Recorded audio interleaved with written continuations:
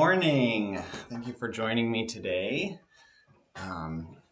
So to begin, I just want to thank you for being here and tell you how excited I am to share a little bit more thoughts that I had after I had the opportunity to preach for you all. So about a month and a half ago, I preached on Luke chapter 15 and the story of the prodigal son. So today, I'd like to spend just a few minutes with you and take a closer look at the next story in Luke's gospel.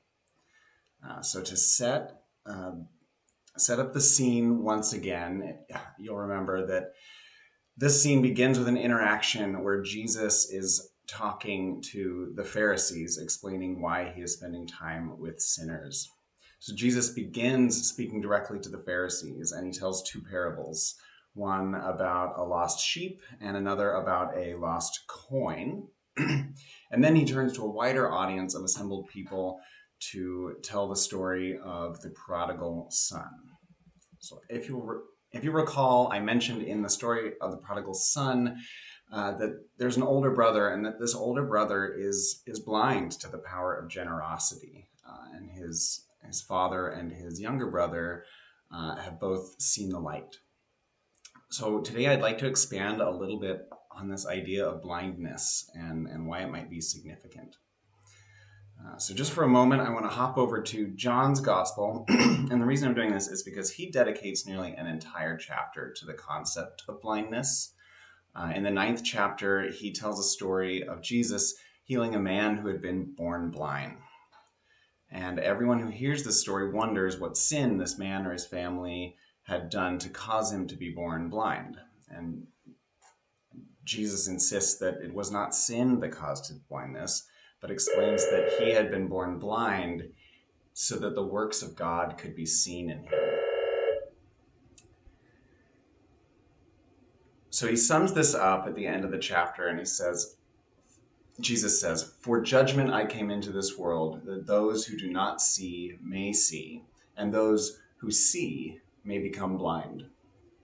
Some of the Pharisees near him heard these things and said to him, "Are we also blind?" Jesus said to them, "If you were blind, you would have no guilt.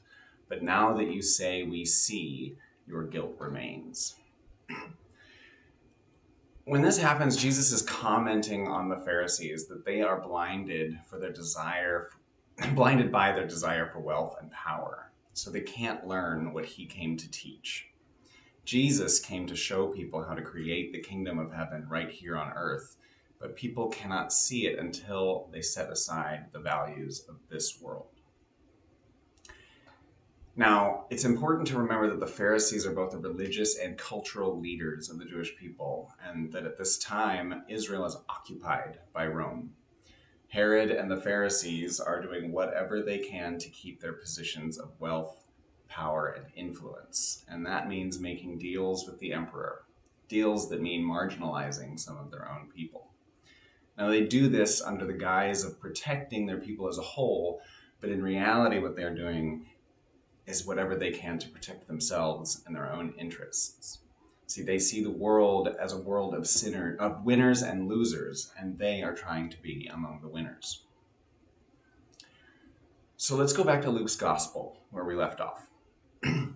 So when Jesus continues in verse 16, he turns away from this full assembly that he'd been addressing and directs this next story directly at his disciples, the people he has chosen to spread his message to the world after he is gone.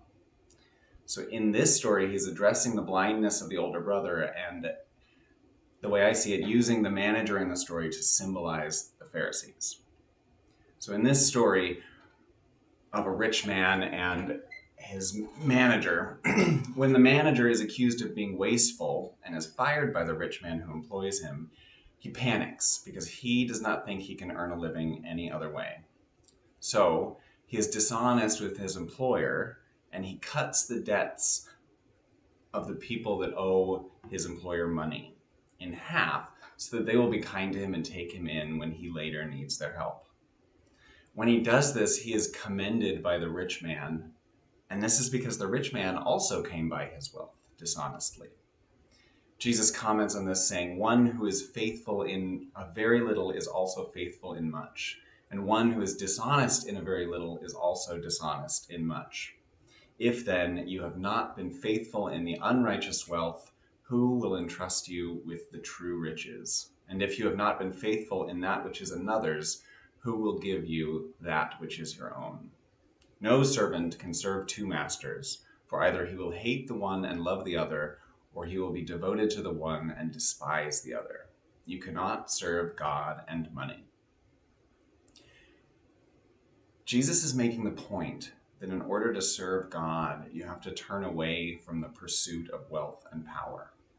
Money and power are idols, false gods that cannot offer you what God can. He's illustrating how the Pharisees have chosen to follow personal wealth and power instead of God, and that his disciples, that includes us, must choose to do something different. And this means standing directly in opposition to the powers that be and firmly on the side of those marginalized by society. It means being generous and loving our neighbors, especially those in need. It is through this work, Christ's work, that we become truly wealthy.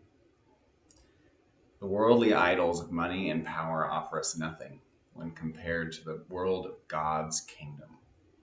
When we work together and we love one another and put our faith in God and God alone, we become citizens of heaven, right here on earth.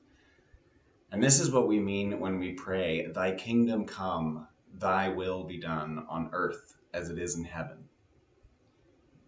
Through Jesus' life, death, and resurrection, he has joined heaven and earth.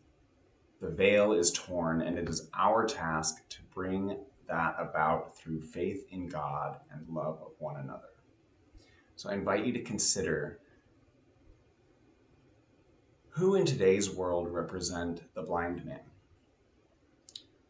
Who can we see in today's world that is an opportunity for the power of God to be seen?